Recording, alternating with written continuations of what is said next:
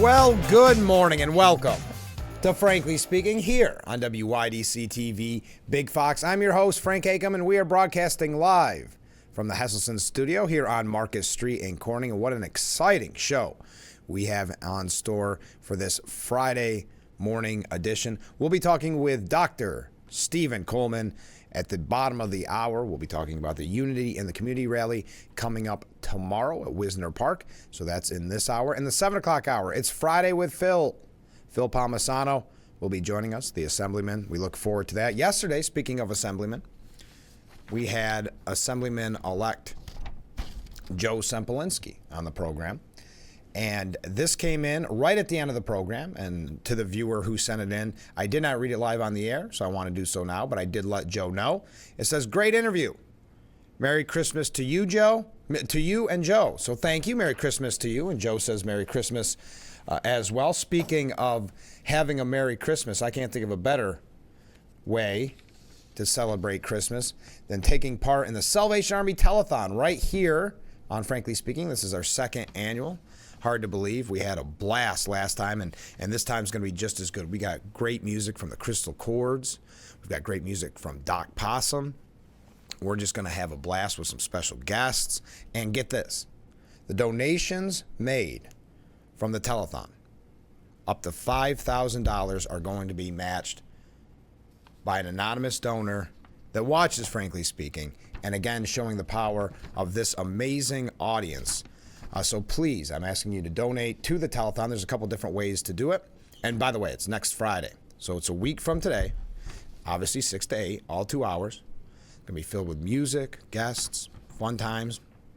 Well, if you'd like to donate, I'm going to have a QR code that day. You can come down, of course, say hi, put money right in the kettle, or you can text MATCH, the word MATCH, M-A-T-C-H, to write this number down, 31333. So again, text MATCH to 31333, and I believe you can do that now. As a matter of fact, there's a special website made just for this event on December 13th, but it is up now. So again, we're trying to hit that $5,000 goal, so it'll be matched. It'll be $10,000 to Salvation Army. We fell short last year. You've heard me talk about it numerous times on this program. And a lot of it, if I'm being honest with you, is people just don't carry around cash anymore. So the kettles are a great part of the Christmas tradition. You hear it, and I joke about this, but even after Christmas is over, when I'm walking down the street, it's almost like you can still hear the bells ringing. It's become synonymous with Christmas, but people, and I don't blame anybody, they just don't carry cash. So now there are a few options where you can scan. On certain kettles, you can scan your credit card, and I believe it's $5, $10, or $20 you can donate. There's that option, but here we're going to be accepting cash. And I will say, if you can't make it, I understand you want to sit at home in your pajamas, having a cup of coffee, watching Frankly Speaking, and you don't want to come out in the cold from 6 to 8 next Friday. That's fine. Let me know. Drop me a text, or if you see me in the window, knock on the door. I'd be glad to take your donation, and we'll put it in the kettle on Friday. I'm going to get a small kettle here for the desk at some point. Meant to do it yesterday, where we can put the money in and collect it for next Friday. So I just wanted to mention that. I haven't mentioned it a lot on the program, but we're super excited behind the scenes, working very diligently to make this another great telethon for the Salvation Army. Okay, another comment from a viewer, and thank you, by the way, for that last viewer so I could make that plug. Comment from a viewer. With Biden and his cognitive decline, is he truly able to make a decision of who should be pardoned? That's a great question. My thought is, from the beginning, not even with the exception of Hunter necessarily, my opinion on this is, from the beginning, it's everybody behind the scenes. It's not Biden making the crucial decisions. Yes, I'm sure is a part of the discussion, but making the crucial decisions, such as in the case of Hunter Biden, in my opinion, was Jill Biden. Jill Biden pushing her husband to pardon Hunter. There was reports behind the scenes that was the case, anonymous sources close to the information, saying that he was hesitant. She was the last push to say, no, you've got to do this. So no, we are going to talk about the pardons. We don't have a lot of time this morning to get into everything I'd like to get into. But we are definitely going to talk about the pardons because what they're speculating he could do next. And again, to your point, and I think many people in this audience have made it in the past, from the beginning, it hasn't been Biden. It's been the people around him, the Obama administration, leftovers, which are really interesting because there's a piece, I didn't mean to go to this next, but it's a good segue. It kind of shocked me this morning, and it's by Reuters.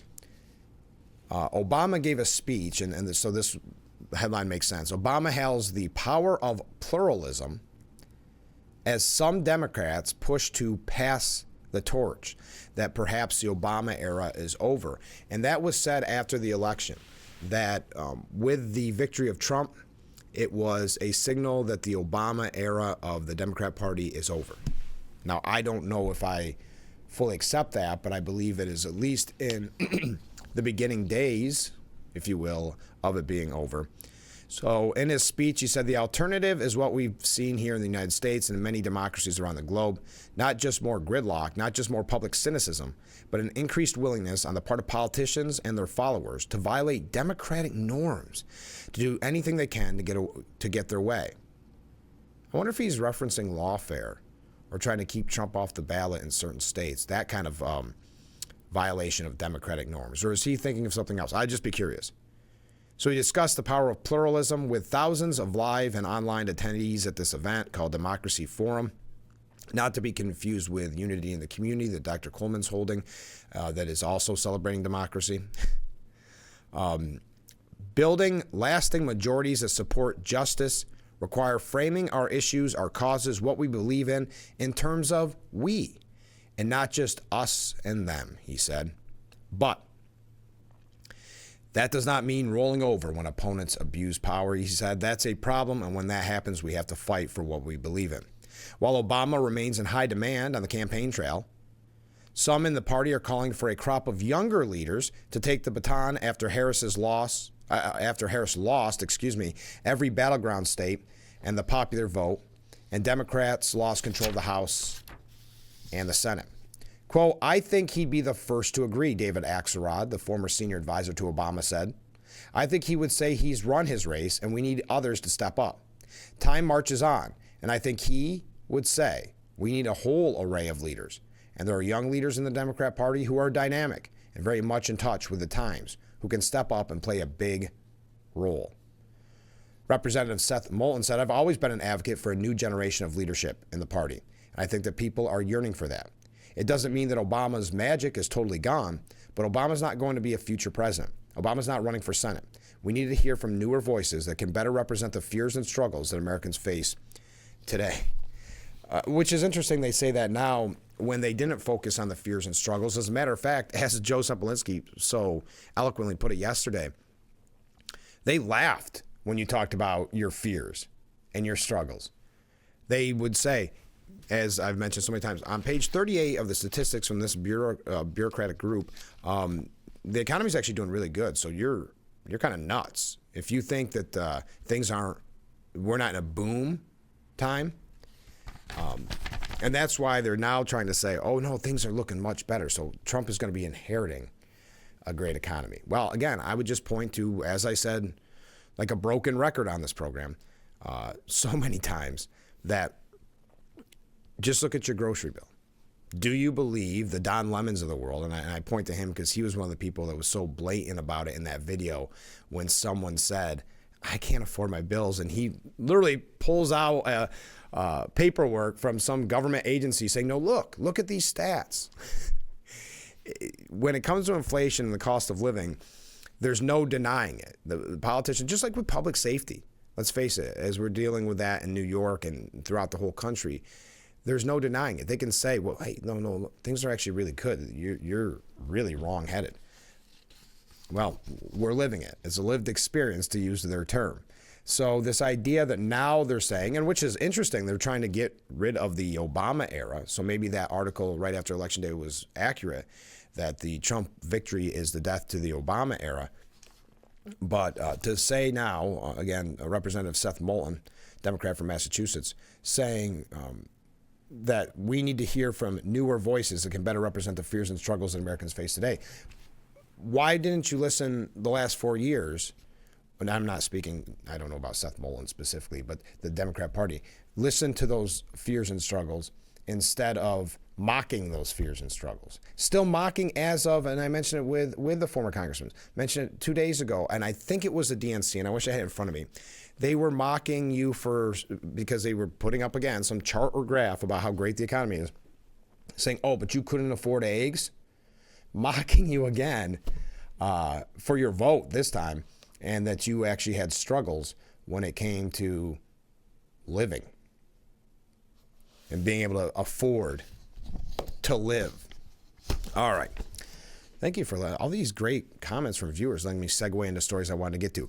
We will be talking with Assemblyman Phil Palmesano in the 7 o'clock hour, and it's going to be about an array of topics, but we obviously are going to talk about energy, and I thought this would be a good way to kind of kick off that discussion. We're not going to focus on this too much, but just because I know that's going to be a big topic this morning. Congressman Nick Langworthy, he led a letter calling on Governor Hochul to end the opposition to the Northern Access Pipeline and key natural gas infrastructure projects. He led members of the New York and Pennsylvania congressional delegations in sending a letter to New York Governor Kathy Hochul expressing concern over the cancellation of the Northern Access Pipeline, a proposed $500 million investment in natural gas infrastructure that would have created thousands of good-paying jobs. The letter calls on Governor Hochul to reconsider her administration's interpretation of the Clean Water Act, which has blocked critical energy projects in the region and cost New York significant economic opportunities. The letter states, quote, the New York State Department of Environmental Conservation's decision to stand in the way of this key natural gas pipeline infrastructure project, despite federal approval, caused extensive delays and increased project costs with the ongoing challenge of trying to develop in the current regulatory environment in New York. This action has once again robbed our state of a key opportunity for greater energy security and prevented increased access across the Northeast, the Midwest, and Canada to affordable, reliable natural gas. The construction of the Northern Access Pipeline would have represented an investment of an estimated $500 million, with much of that investment directed into New York. Some of our state's most rural counties in the southern tier could have benefited from increased local tax revenue and new jobs to complete this integral pipeline. Initial project estimates expected a peak construction workforce at 1,680 jobs, with much of that work expected to have been completed by companies in New York. Now, the letter was co-signed by Representative Claudia Tenney, Glenn G.T. Thompson, Guy Reichheiler, Mike Law. Pardon me, frog in my throat. Little iced tea there. Mike Lawler, Nicole Malatakis, Dan Mauser, Andrew Garbarino, Nick LaLota, John Joyce, and Mike Kelly. So I thought that was a good segue into, again, promoting Assemblyman Phil Palmesano. All right, we're just getting started. Thank you for joining us. Having a blast already. The Friday morning edition of Frankly Speaking on this very chilly morning. Stay with us. We'll be right back after this. The Frankly Speaking Roof Cam, brought to you by Boss Security in Horseheads. Contact Boss Security for all your business and home security needs. It even looks chilly out there. Thanks for joining us as we broadcast live from the Hesselson studio here on Marcus Street in Corning.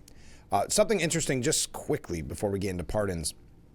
I'd read an article, and I think it was on the podcast itself, but that Call Her Daddy podcast that Kamala Harris attended, it has been disclosed that she spent around $100,000 to rebuild the set of that program in a hotel room. For whatever reason, she pretty much wanted to do the same thing, not rebuild the set, but wanted Seth Rogen to do his show from somewhere else as well, even though she was in Texas. I'm not sure what that is, if it makes her feel like she has a home field advantage, but wasting $100,000. And the podcast, who they said was going to be so important to her presidential run, they were mocking her, saying that when they heard about it, they said, our own studio doesn't cost $100,000. Saying that, cardboard, essentially, that they built it out of should have never cost $100,000, but yet it did. So they were mocking her and ridiculing her, which is not a good sign, which, by the way, the numbers on that was staggering.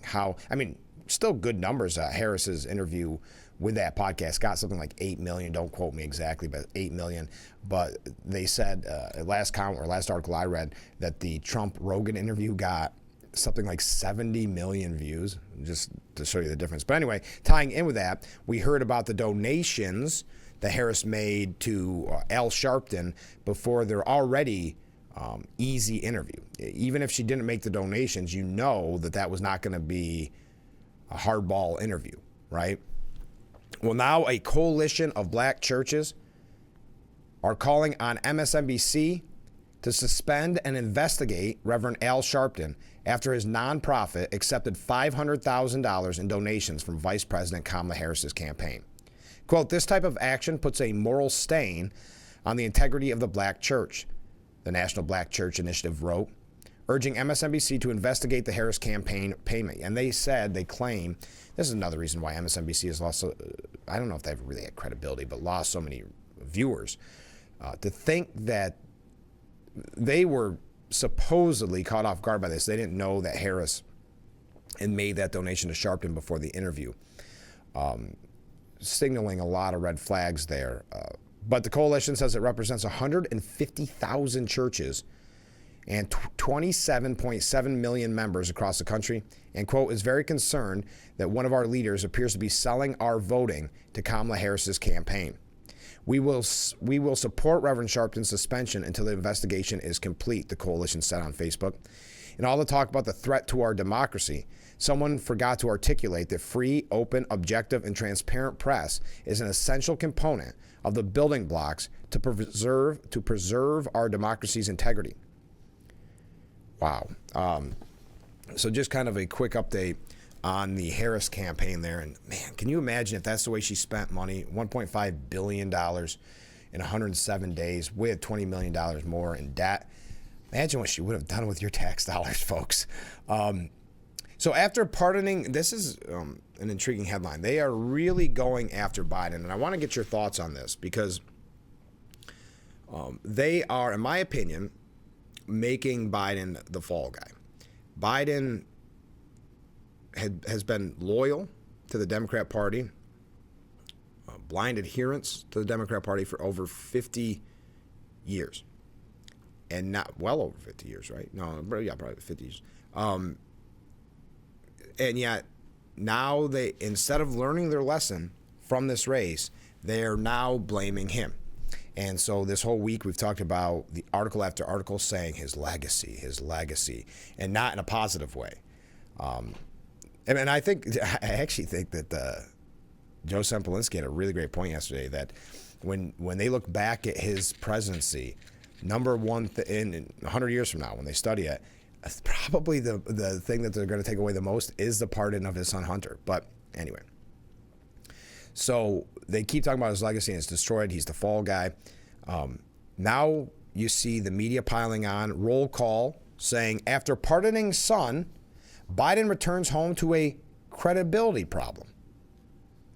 And that's inconvenient timing, considering Joe Biden's team, fresh off a foreign trip, must shift quickly into legacy mode. I thought his legacy was already secure. Now, before they started making him the fall guy, remember he was George Washington, most consequential president in our lifetime, et cetera, et cetera, et cetera. Now he is public enemy number one. He's a pariah. How the tables have turned. Mark Halperin even going as far as saying that donors who ignored Biden's state blame him for the election loss more than themselves. So think of this. We all knew about the cognitive decline. I know I'm jumping around. This isn't the roll call article. We'll get back to that. We all knew about the cognitive decline. But when certain outlets talked about it, they were mocked and ridiculed. No, he's fine. He's sharper than he's ever been. And remember, Harris was very much a part. I know it's all over, so there's no sense rubbing salt on the wounds, I suppose. But Harris knew about this, and I still consider it one of the greatest scandals in presidential history, the cover-up of his mental decline. But they all knew it, And now they're blaming him for not stepping down earlier when they were propping him up, saying he's fine, he's going to win this thing, kept building him up, and then, of course, the debate was a downfall. But political analyst and best-selling author Mark Helpert says that President Biden's presidential library may become more of a bookmobile as donors stew about his loss. Democrats are still reeling, you know about that. President Biden appears to have fallen from the Democrat Party's good graces, to the point that where some frustrated Democrats are reportedly considering withholding donations to Biden's future presidential library over his pardon of Hunter. Wow. Quote, I mean, there will be some version, maybe more like a bookmobile than an actual library. But this is not a surprise. He's never been a good fundraiser, and the donors are really annoyed. But I will say that the donors and the Democrat officials who are now so outraged about the conduct, as you said, the press knew all of this, so did they. They stood silent when Joe Biden's operatives crushed Bobby Kennedy and Dean Phillips and rigged the rules. They stood silent as he stayed in the race and decided he was going to run another term. They stood silent when Kamala Harris was given the nomination without a shot being fired. I get why they are mad at Joe Biden, but I think a lot of them need to turn the clock back and imagine what they might have done differently. And Joe Biden might be in a place to raise that money. So I think he'll raise some money, but as I said, he's never been a good fundraiser. It's the kind of work he doesn't like to do, and the donors blame him more than they blame themselves. He then went on to say, it's some combination of Trump derangement syndrome and not wanting to be ostracized for doing anything that might help Donald Trump win. The irony is, the reason Joe Biden has been left in the position he's in, the reason Donald Trump was reelected, there are plenty of reasons, but a big reason is the silence in the media. I think it's one of the biggest scandals of any sort in American history, and certainly one of the biggest media scandals. People say, oh, they didn't see behind the scenes. All you needed was a C-SPAN subscription to know there was a level of mental decline, and they stood silent. And not just the press, but the donors. The donors were spending time with him in living rooms. They saw it. Clooney eventually came out and said it, but far too late. And that's a great point. We know they all knew, but they didn't know what to do. Not that they wanted him out. They thought, this is my opinion, they thought that he was the only one, and they're not wrong, the only Democrat that beat Donald Trump. So they thought he could do it again. They didn't want to be ostracized. They didn't want to be criticized. And that's what happened. If you question his mental acuity, you were criticized as a Republican, let alone a Democrat. So it's very interesting to see them now place the blame on him. He has become the scapegoat. But going back to what I was saying about